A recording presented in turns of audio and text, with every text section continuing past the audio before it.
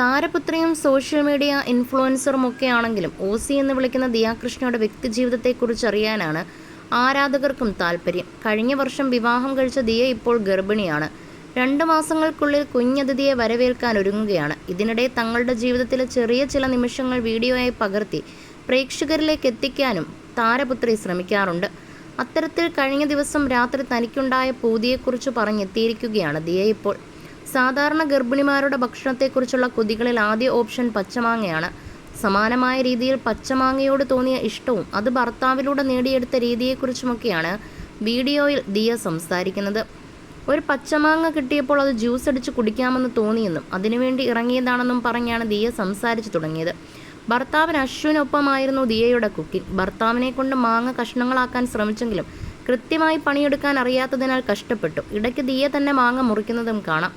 എന്തായാലും അതുകൊണ്ട് കിടിലൊരു ജ്യൂസ് ഉണ്ടാക്കുകയും കുടിക്കുകയും ചെയ്തു. മാങ്ങയ്ക്ക് ഭയങ്കര പുളിയുള്ളതുകൊണ്ട് അശ്വിന് ഇത് ഇഷ്ടപ്പെടുമോ എന്നറിയില്ല. എന്നിരുന്നാലും ഹോട്ടലിൽ നിന്നൊക്കെ കുടിച്ചതുപോലെ രുചിയിൽ കിട്ടിയെന്നും ദിയ പറഞ്ഞു.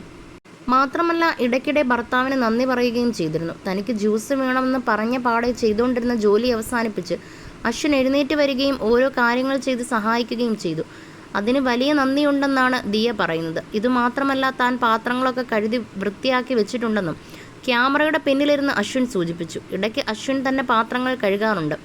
അതുപോലെ താൻ സ്വയവും അങ്ങനെ ചെയ്യാറുണ്ട്. ഇപ്പോൾ മുഴുവൻ ചെയ്തത് അവനായതുകൊണ്ട് താൻ ഭർത്താവിനോടുള്ള നന്ദിയും സ്നേഹവും അറിയിക്കുകയാണെന്നും ദിയ പറയുന്നു.